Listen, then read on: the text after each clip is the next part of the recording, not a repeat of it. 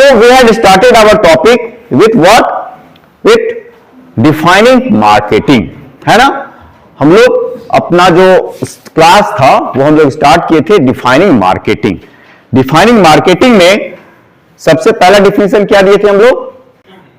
How to define marketing में 4-5 definition दिए थे.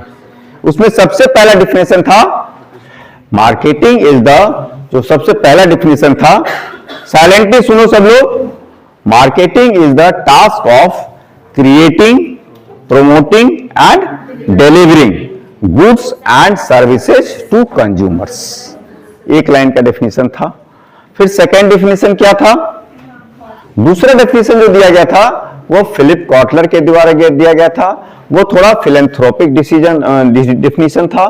उसमें उन्होंने कहा था कि marketing is the societal process, है ना. ये एक प्रोसेस है सोशल इवोल्यूशन का, जिसको हमने और भी एक्सप्लेन किया था, how society is evolving and how marketing is taking place.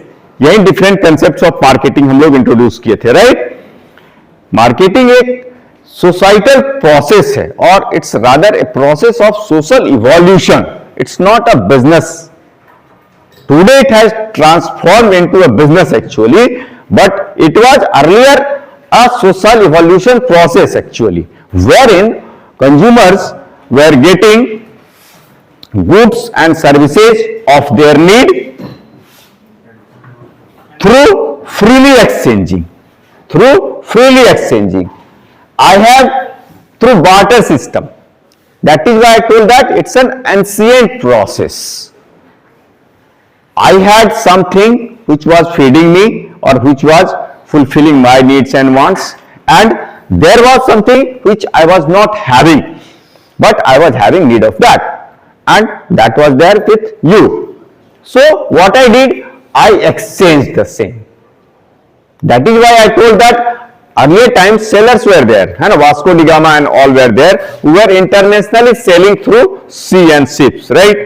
So what they were doing, they were taking gold and jewelries and whatever there in a particular country which is special to that country, they were taking against what they were having, and they were taking that, they were going to another country and selling that product and again getting something of value. That time money was not there as exchange process. Money only came after long time. After that gold came as process of exchange. Yes or no? Gold, silver were there. After gold and silver, monetary transaction in terms of rupee or any currency, all currencies got discovered. So that is the process of evolution. Currency is also a need. Somebody was having currency, wanted to get currency. So Philip Kotler did a great research, exhaustive research, and came to know that it is a process of social evolution rather. Then came the third definition, which was given by American Marketing Association, AMA, which AMA told that marketing management is marketing management. He added management in the word marketing, and then they called it marketing management. That way marketing management became a management process, and the management process includes planning, organizing, staffing, controlling and leading. Right. And when it comes to marketing management, idea generation, conception of idea, है ना, conception of idea, developing product, pricing it, then you promote it, then you place it or distribute it or deliver it. This is the process of marketing. Again, more and more research were done. Fourth definition I had given was that it's because I had told that once a customer satisfies his particular need immediately as a process of cognitive dissonance. It's a psychological process which says that when you get one of your needs satisfied, very immediately your expectation goes up to next level, and this gap of need creates. There is a gap of need which created. So a gap in need is developed. That is the task of marketer to identify the need gap through market research, definitely. Okay, identifying the need gap, then we cannot satisfy needs and wants. A marketer will satisfy demand only, yes or no? Because needs can be of anything, wants can be of anything, but until and unless a customer has paying power, he will not purchase that. So, identifying the need gap and creating the demand is the very shorthand definition of marketing. Identifying need gap and fulfilling the demand, but taking into consideration the customer satisfaction and business profitability as well. This was the fourth definition. Yet another definition you can add on, that is marketing mix. Marketing mix is also a definition of marketing only.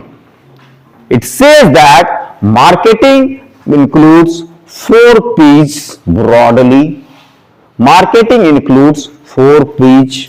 Number 1 is product mix, wherein comes under product mix comes package, color, design, size, name, logo, SKU, everything is coming under product mix. Then pricing, product mix, then price, under price comes MRP and a cost price, discounts and all, pricing, credit terms. Then comes promotion, wherein comes advertising and sales promotion. And lastly, digital marketing, social market, media marketing, email marketing, WhatsApp marketing, all sorts of marketing, AI marketing, everything comes under promotion, right? After that comes placement, channel of distribution, supply chain management, warehouse management, inventory management, है ना, assortment, e-commerce, quick commerce, transportation, everything comes under placement. Every definition complements each other, yes or no? Every definition complements each other. You can write one thing in 5 different ways, explain with examples. So this way we concluded how to define marketing. We defined the topic first of all.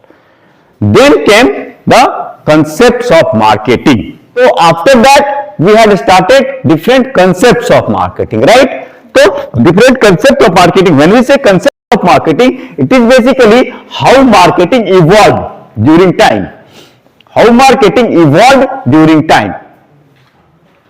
So the very first concept, which was production concept, it started due to, it says that the product which will be available in abundance, widely available, which will have a definitely low cost, and if it will be distributed at mass level, will be more sold.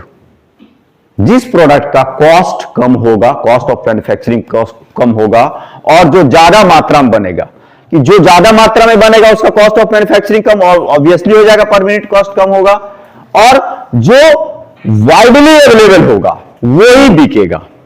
Concept है ना, concept का मतलब क्या समझते हैं, कोई भी चीज को के बारे में हम क्या सोचते हैं. तो मार्केटिंग जो स्टार्ट हुआ था उस वक्त ये कंसेप्ट था कि भैया आपको अगर मार्केटिंग करना है, कोई बिजनेस करना है, तो आप जो प्रोडक्ट आप मास मार्केट में बनाइएगा, मास लेवल पे बनाइएगा और उसका कॉस्ट ऑफ प्रोडक्शन कम होगा और वो वाइडली बिकेगा, वो ही चलेगा मार्केट में। ये जो थ्योरी था, ये जो कंसेप्ट था, एक थ्योरी ऑफ कोर कंपिटेंसी को सपोर्ट करता है। थ्योरी ऑफ कोर कंपिटेंसी ये होता है कि अगर किसी प्रदेश में, वो कहता है कि किसी जगह हर मार्केटर का, हर कंट्री का, हर बिजनेस का अपना कुछ कोर कंपिटेंसी होता है। जैसे चाइना सिलिका बैटरीज बनाने उसका कंपिटेंसी है, उसका इंडिया का कंपिटेंसी है सॉफ्टवेयर डेवलपर्स, है ना, स्किल्ड लेबर हमारा कंपिटेंसी है। अमेरिका का कंपिटेंसी है हाई मनी, उसका कंपिटेंसी है अपना, उसके पास बहुत ज्यादा वो फंडिंग ज्यादा कर सकता है वो उसके पास। तो हर मार्केटर का अपना कंपिटेंसी होता है। जैसे टाटा कुछ कंपिटेंसी है स्टील, है ना, माइक्रोसॉफ्ट का कुछ कंपिटेंसी है अपना। तो थ्योरी ऑफ कोर कंपिटेंसी ये कहता है, और जैसे हम लोग एग्जांपल दिए थे, एक क्षेत्र में जैसे चावल ज्यादा उगता है और एक क्षेत्र में गेहूं उगता है ना, जैसे हरियाणा है, हरियाणा में तुम चावल उपजाएगा, वहां नहीं उपजेगा, उतना नहीं उपजेगा जितना बंगाल और जहां पे सासाराम और बिहार का जो क्षेत्र है उसको एनवायरमेंट एक चाहिए। सेब, एप्पल कश्मीर में जितना उगेगा उतना तुमको यहां पे नहीं उगेगा। तो हर क्षेत्र का, हर एनवायरमेंट का भी एक कंपिटेंसी होता है। तो जो चावल ज्यादा उपजा सकता है वो चावल ही पे फोकस करे, क्योंकि वो चावल ज्यादा उपजा सकता है। बताया भी थे पहले क्यों नहीं उपजाना चाहिए। तो चावल अब मास लेवल पे आप उपजा लीजिए, और जो गेहूं उपजा रहा है, जिसको गेहूं उपजाने में कंपिटेंसी है, वो मास लेवल पे गेहूं उपजा ले और दोनों आपस में एक्सचेंज कर ले। उस वक्त क्या था, ये वो टाइम था जबकि प्रोडक्ट वाइडली अवेलेबल नहीं थे, है ना, सारा प्रोडक्ट सबको एक्सेस नहीं था उस वक्त। तो वो टाइम था जब availability of product was a big issue. Production concept is aligned with availability of product. Then came, अब अवेलेबल होने लगा सबको प्रोडक्ट, अवेलेबल होने लगा, तब आया, देखो हमारा माइंड क्या है, हम बोले ना cognitive, theory of cognitive learning यही कहता है कि हमेशा हमको एक अलग, अब हमको सब चीज मिलने लगा, अब मेरे को अच्छा क्वालिटी का डिमांड होने लगा, है ना। अब हमको कोई अगर अच्छा राइस लेके आया, हम खा लिए, हमको वही राइस चाहिए बार बार, हमारा माइंड ये कहता है। तो प्रोडक्ट कंसेप्ट ये कहता है कि जो भी marketer, it says that the marketer और the product that will be having good quality, है ना, and what that will be having good quality will be sold at mass level. जो प्रोडक्ट कंसेप्ट है वो क्वालिटी को emphasise करने लगा, quality को एम्फेसाइज करने लगा। तो अभी सब चीज तो मिल रहा है सबके पास, तो क्वालिटी भी होने लगा, बहुत अच्छी बात है भैया, कंपटीशन बढ़ने लगा। जो क्वालिटी हमको चाहिए वही 4 आदमी मिलकर बनाने लगा, है ना, सब वही क्वालिटी जो प्रेफर्ड है वही क्वालिटी सबको बनाने लग गया, वही क्वालिटी है प्रोडक्ट। अब तो क्या हुआ, सबके पास एक ही क्वालिटी है, तो कंज्यूमर भाई जितना जरूरत होता है नहीं खरीदेगा, फिर बिजनेस ग्रोथ नहीं होने लगा, फिर स्टैग्नेशन आ गया, सैचुरेशन आ गया, फिर सबको एक ही क्वालिटी बनाने लग गया, तो कितना तुम खरीदेगा। अब सबके पास सेम क्वालिटी है। फिर आया concept of selling concept says that the product that is aggressively promoted, the product or the brand or the market offering which is more promoted, aggressively promoted will be sold more. यही है ना, क्या definition selling concept का बोलो, क्या कहता है selling concept.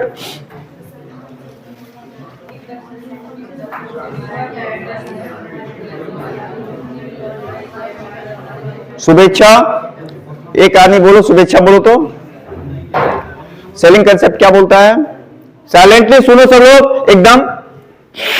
The selling concept holds that if the consumers and business left alone, They will not buy enough of the organization's product. So organization therefore undertakes aggressive selling and promotion. Right. अब product concept में widely available हो गया था तो अच्छा quality मिलेगा, लेकिन अभी क्या बोल रहा है नेक्स्ट, फिर कंसेप्ट क्यों चेंज क्यों हुआ? कंसेप्ट आज ही चेंज हो रहा है ना, कंसेप्ट ऑफ मार्केटिंग चेंज क्यों हुआ? जब बिजनेस ग्रो नहीं कर रहा है तो और क्या करें अब नया? तब आया कि भैया हमको आपके घर घर में जा करके आपको बताएंगे, अगर हम कि वो तो दुकान में बैठा हुआ है, हम आपको घर में आके दे रहे हैं, हम आपको डिस्काउंट पे दे रहे हैं, मेरे पास वही क्वालिटी है लेकिन आपको हम डिस्काउंट पे दे रहे हैं, क्रेडिट पे दे रहे हैं, घर में आके दे रहे हैं, होम डिलीवरी कर रहे हैं, that will be sold. Then came the concept of sales promotion and advertising. Good, ये भी चल रहा है, सब होड़ में लगा हुआ है, सेल्स प्रमोशन, एग्रेसिवली सेलिंग, हम अपना हमारा प्रमोशन, खूब प्रमोशन हो रहा है।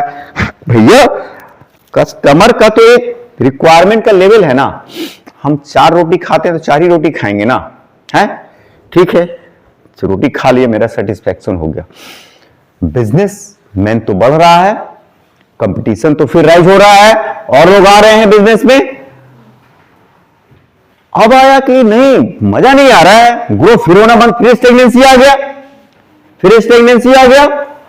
अब मार्केटर को लगा कि नहीं, अब रोटी से तो मन भर गया, वो 4 ही रोटी, मजा से उसको बहुत रिक्वेस्ट करेंगे तो 5 रोटी खा लेगा।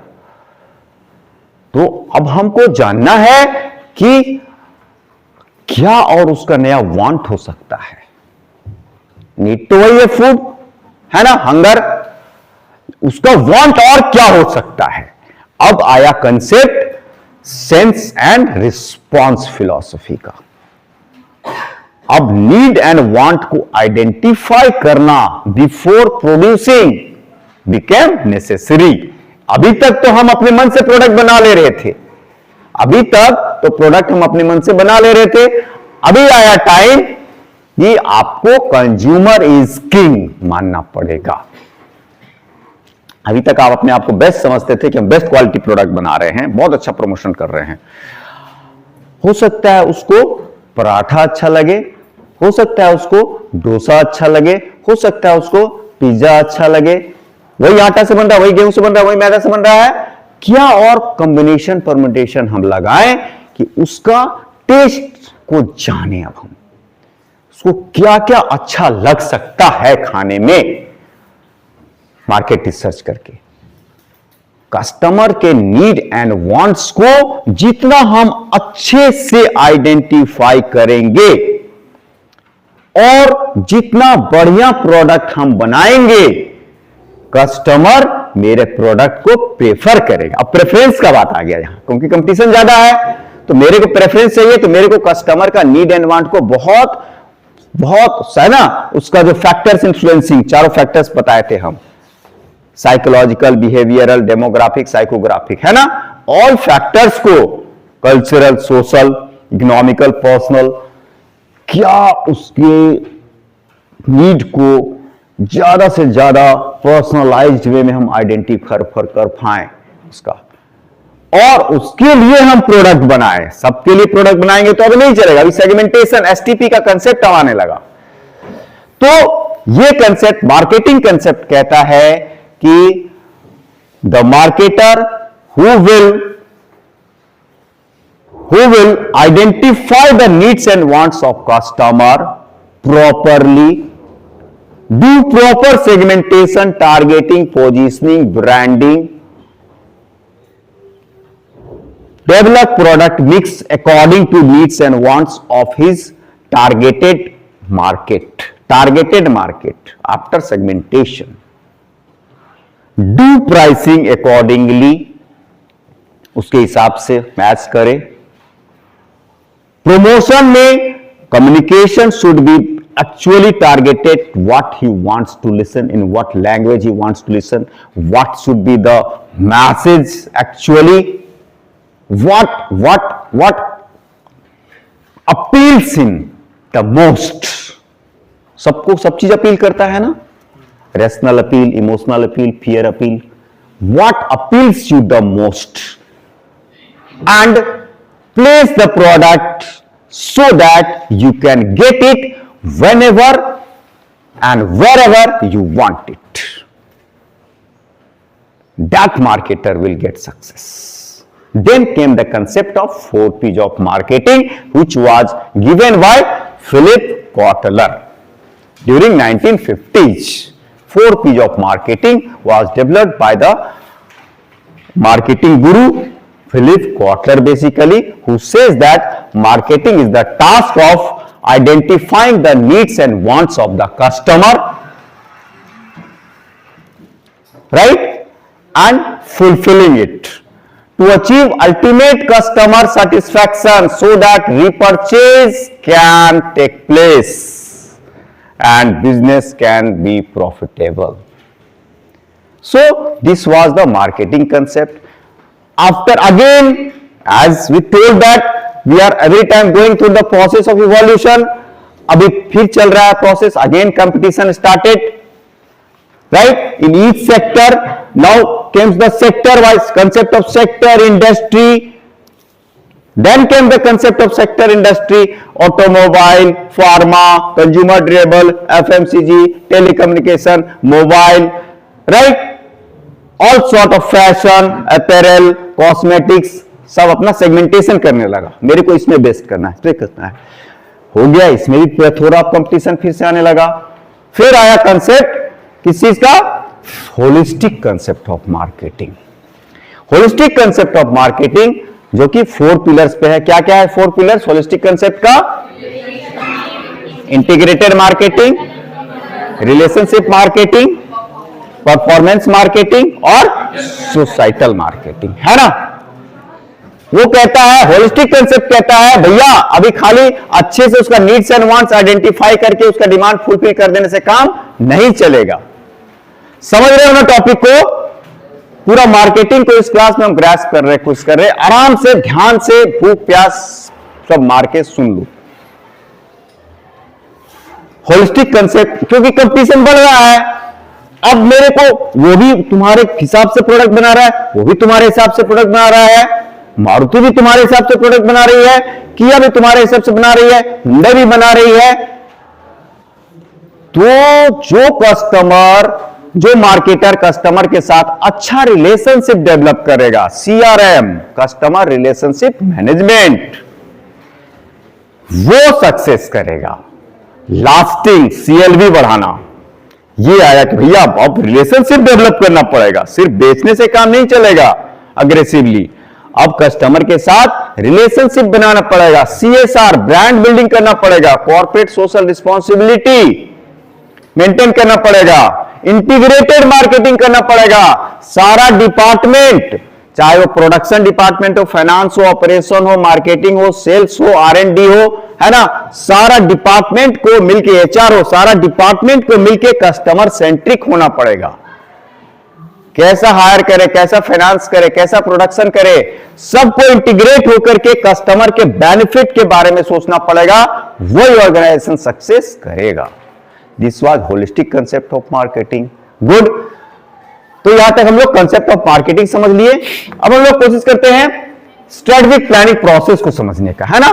BCG matrix, strategic planning process. What is strategic planning? कोई बोलेगा? साइड टॉक अवॉइड करो.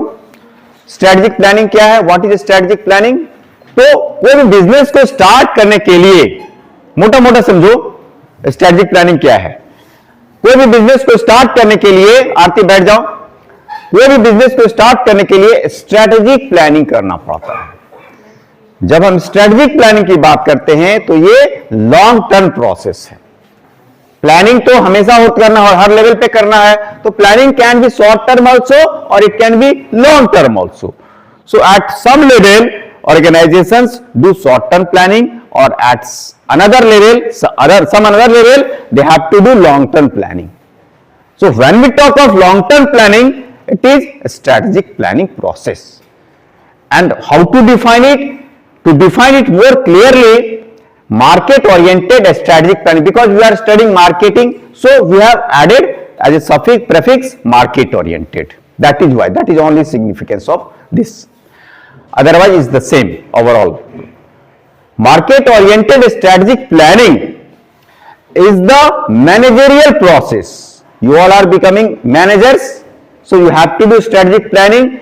So it's a process, managerial process of developing and maintaining. Develop करना पहले और उसको फिर मेंटेन करना. ए वायबल फिट मतलब पॉसिबल फिट, जो हो सके. ए वायबल फिट बिटवीन किसके किसके बीच में? ऑर्गेनाइजेशंस का. अभी हमने बोला हर ऑर्गेनाइजेशन का अपना कुछ कोर कंपिटेंसी होता है. ऑर्गेनाइजेशंस का स्किल्स, उसका रिसोर्सेज और उसका ऑब्जेक्टिव्स. हर ऑर्गेनाइजेशन का कुछ रिसोर्स जो होता है, सबके पास सब चीज तो नहीं होता है. In terms of money, material, machine, है ना. रिसोर्स उसके पास, सबका पास लिमिटेड ही होगा. और उसके पास कुछ स्किल भी खास होगा. माइक्रोसॉफ्ट एफएमसीजी में नहीं आ सकती है, कोका कोला सॉफ्टवेयर नहीं बना सकती है ना. तो उसका अपना रिसोर्स है, उसका अपना स्किल सेट है. स्किल से ऑर्गेनाइजेशन का स्किल सेट है अपना, उस स्किल सेट को अपने रिसोर्स के साथ ऐड किया और उसने एक ऑब्जेक्टिव डेवलप किया अपना ऑर्गेनाइजेशन के लेवल पे. अच्छा, ये ऑर्गेनाइजेशन के लेवल पे ऑब्जेक्टिव डेवलप किया. एक्सटर्नल फैक्टर क्या है? Prevailing marketing opportunities. मार्केट में जो अपॉर्चुनिटी प्रिवेल कर रहा है उसके साथ अपने रिसोर्स, स्किल और ऑब्जेक्टिव को अलाइन करते हुए एक मार्केट बिजनेस डेवलप करना, एक प्रोडक्ट बनाना, उसका मार्केटिंग करना, उसको लेके बिजनेस करना. समझा? एक तरफ ऑर्गेनाइजेशन का स्किल है, रिसोर्सेज है और उसका कुछ ऑब्जेक्टिव है. दूसरे तरफ बिजनेस चेंजिंग मार्केटिंग अपॉर्चुनिटीज है. मार्केट में अपॉर्चुनिटी है जो कि चेंज हो रहा है हमेशा. तो उस चेंजिंग मार्केटिंग अपॉर्चुनिटीज में कैसा बिजनेस डेवलप, कौन सा एसबीयू बनाए, कौन सा प्रोडक्ट बनाए, उसका कैसे मार्केटिंग करें, है ना. The aim of strategic planning is to shape the company's business and products. Strategic planning का जो मकसद है वो है to shape the company's business and products so that they yield, ऐसे शेप करें बिजनेस को और प्रोडक्ट्स को, they yield the targeted profit. जो प्रॉफिट हमने सोचा है वो प्रॉफिट कंपनी मेरे को दे. ठीक है. तो ये स्ट्रेटेजिक प्लानिंग हमने देखा. स्ट्रेटेजिक प्लानिंग के तहत कंपनीज अपना विजन बनाती है, मिशन बनाती है, गोल बनाती है, वैल्यूज डेवलप करती है. ठीक है. ये स्ट्रेटेजिक प्लानिंग प्रोसेस है. Strategic planning process generally corporate level पे होता है, हेड ऑफिस लेवल पे होता है. तुम भी जब टॉप मैनेजमेंट पे जाओगे तब तुम करोगे ये सब चीज. ठीक है. अब हम आते हैं डायरेक्टली बीसीजी मैट्रिक्स पे. ठीक है. ये सब एग्जामिनेशन में तुम लोग को आने वाला है, इसलिए हम जान के पढ़ाएंगे अभी. ठीक है. जो मोस्ट इंपॉर्टेंट है एग्जामिनेशन व्यू पॉइंट से वो भी, और जो मार्केटिंग का हमारे सब्जेक्ट का कोर थीम है. Silent everyone, keep patience. Establishing SBU, है ना. फर्स्ट ऑफ ऑल मार्केटर्स और businesses establish strategic business unit is again a strategic planning process of any organizations followed by defining corporate mission. है ना. Vision क्या हम बनना चाहते हैं, मिशन कैसे हम वहां पहुंचेंगे, और उसके बाद हम एसबीयू डेवलप करते हैं, क्या बिजनेस मेरा होगा. ठीक है. According to Philip Kotler, every business undergoes four different phases of product life cycle. Their introduction, growth, maturity and decline. Basically there are different business models. अब बिजनेस को चलाने के लिए बहुत सारा अलग अलग बिजनेस मॉडल्स डेवलप किए गए हैं पास्ट में. Some of them which are very much famous और widely acceptable are called basically BCG matrix, the General Electric model, GE business model, BCG matrix model. these are business models. Pestel model, Porter's 5P forces, then 8 P's of marketing mix, वो service marketing में जो आता है ना. ठीक है। तो बहुत सारे मॉडल्स बनाए गए हैं बिजनेस को रन करने के लिए। ऑर्गेनाइजेशन इसमें से या तो एक को अडॉप्ट करती है या एक से ज्यादा भी अडॉप्ट करती है। राइट एवरीवन, हम लोग थोड़ा फिर बहुत जल्दी से आगे बढ़ते हैं बीसीजी मैट्रिक्स को एक्सप्लेन करने का। तो बीसीजी ने it's a basically consulting house, इन्होंने डेवलप किया एक मैट्रिक्स। इसके अनुसार जितने भी बिजनेसेस हैं सबको 4 कैटेगरी में इन्होंने डिवाइड किया। पहला था question mark. Question mark business एक ऐसा बिजनेस है जो कि या तो न्यूली इंट्रोड्यूस्ड है या उसका अभी जो प्रॉफिटेबिलिटी क्लियर नहीं है। वो क्वेश्चन मार्क बिजनेस इसलिए है क्योंकि वो नया बिजनेस है, इसलिए उसमें बहुत सारा फंडिंग करना पड़ेगा, बहुत पैसा लगाना पड़ेगा उसके प्रोडक्शन में, प्लांट में, मटेरियल में, मशीन में, स्टाफिंग, ऑर्गेनाइजिंग सब चीज करने में, है ना, सेल्स एंड डिस्ट्रीब्यूशन में। But still the organization is not clear about its profitability, क्योंकि जब तक वो अल्टीमेटली बैलेंस शीट में शो नहीं होगा प्रॉफिट, तब तक तो प्रॉफिटेबल नहीं हुआ।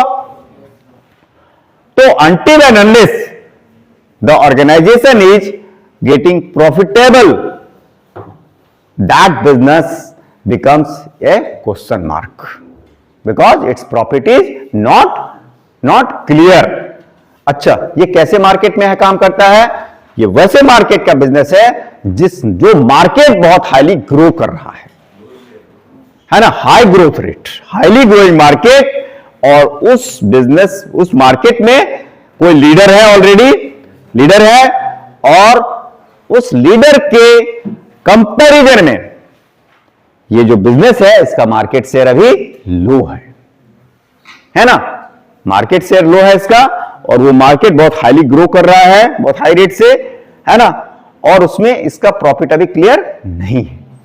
गुड, चलो चला अभी तुम्हारा प्रॉफिट आने लगा। प्रॉफिट या तो नहीं आएगा या आएगा। अगर आने लगा तो तुम्हारा बिजनेस क्या हुआ? स्टार बन गया। Again, star is a business which is operating in highly growing market.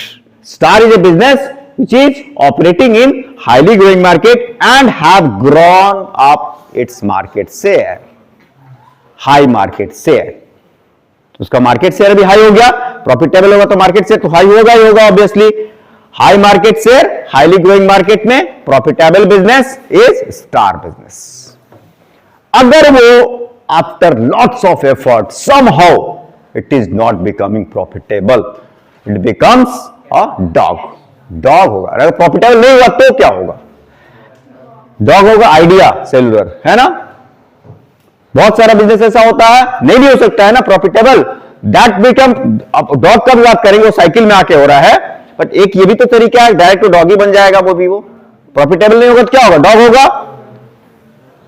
और अगर प्रॉफिटेबल हो गया तो स्टार हो गया। स्टार हो गया तो एक मार्केट टाइप साइकिल होता है, जैसे प्रोडक्ट लाइफ साइकिल होता है वैसे हर मार्केट का एक लाइफ साइकिल होता है। ग्रो कर रहा है, एसी मार्केट एक टाइम में बहुत हाईली इंट्रोड्यूस हुआ होगा, लोग को विश्वास नहीं हो रहा कि ये मार्केट चलेगा भी प्रोडक्ट, फिर धीरे धीरे बहुत हाई रेट से ग्रो करने लगा होगा, फिर उसका मैच्योरिटी आया होगा, और फिर वो डिक्लाइन स्टेज में भी उसका आ रहा है। ये डिक्लाइन, ग्रो, मैच्योरिटी क्या बोल रहे हैं हम लोग? मार्केट का ग्रोथ रेट। समझ में आ रहा है? आरती प्लीज हेल्प मी। तो कैश का वो बिजनेस है जो बिजनेस मार्केट लीडर तो है, लेकिन अभी मार्केट का जो ग्रोथ रेट है वो डिक्लाइन करने लगा, है ना, डिग्रोइंग मार्केट, ग्रोथ रेट लो है, मार्केट शेयर हाई है, बिजनेस प्रॉफिटेबल है, right? That business is a cash cow.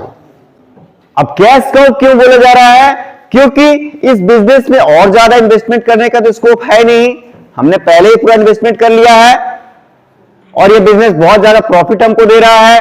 अब इसमें और प्रमोशन करेंगे तो भी कोई फायदा नहीं होना है, क्योंकि मार्केट तो डिग्रो कर रहा है, मार्केट अब वो ग्रोथ नहीं कर रहा है पहले वाला, सबको समझ में आ रहा है।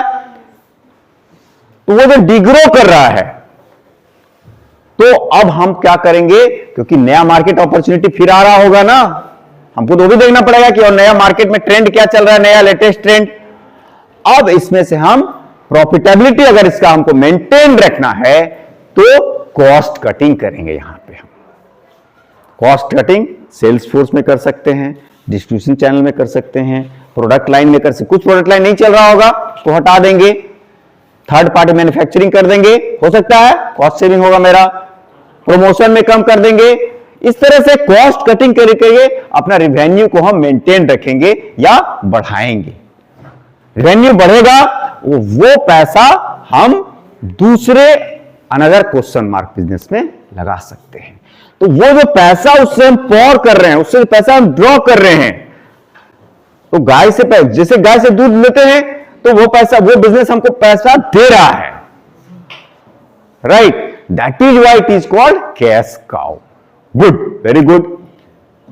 जैसे आदमी बूढ़ा होता है वैसे प्रोडक्ट भी बूढ़ा होता है ना? Calculator, 2G mobile phone, right? बहुत सारा बिजनेस अभी तुमको नजर भी नहीं आएगा। सेलरॉन प्रोसेसर दिखाई दे रहा है? नहीं दिखाई दे रहा है। पेंटियम प्रोसेसर एक टाइम में बहुत फेमस था ना, पेंटियम प्रोसेसर। आज तो i3 का है ना, राइजेन का टाइम है। तो उसी तरह से कोई भी बिजनेस का, कोई भी मार्केट का एक लाइफ साइकिल होता है जब वो डिग्रो करने लगता है, क्योंकि नए बिजनेस ने उसका जगह ले लिया है। रिटेल मार्केटिंग है ना, ऑफलाइन रिटेल अब देखो डिग्रोथ पे जा रहा है। अब क्विक कॉमर्स और ई कॉमर्स उसका प्लेस ले चुका है। तो जब कोई बिजनेस डिग्रो करने लगे, है ना, डिग्रो करने लगे और उसका मार्केट शेयर भी लो होने लगे, मार्केट शेयर भी लो होने लगे, क्योंकि मार्केट का साइज लो हो रहा है अब तो। अब मार्केट डिग्रो कर रहा है तो मार्केट का साइज लो हो रहा है। जो 100 करोड़ का मार्केट पहले था अब वो 50 करोड़ का रह गया है, 25 करोड़ का रह गया है। उसमें तुम कितना भी प्रमोशन करेगा तेरा बिजनेस चलेगा? भैया पोटेंशियल ही नहीं है बिजनेस मार्केट में। अब कस्टमर ही गायब हो गया है। जिसको ऑल्टो चाहिए था वो अब स्विफ्ट या डिजायर या i10 या कोई चीज में स्विफ्ट हो गया है, वो चला गया आर्टिका और क्रेटा में घुस गया है। वो समझ में आ गया? जो 3 से 5 लाख का बिजनेस सेगमेंट था मेरा कस्टमर, वो अब 18 से 15 से 20 लाख का कस्टमर सेगमेंट बन गया है। तो इसमें हम प्रोडक्ट लाइन चलेगा मेरा? नहीं चलेगा। That business becomes dog business. ठीक है? तो इस तरह से हमने देखा बीसीजी मैट्रिक्स क्या होता है। हमने rough I could clear the topic properly. BCG matrix हमने देख लिया। टाइम अपने पास लंच आवर हो गया क्या?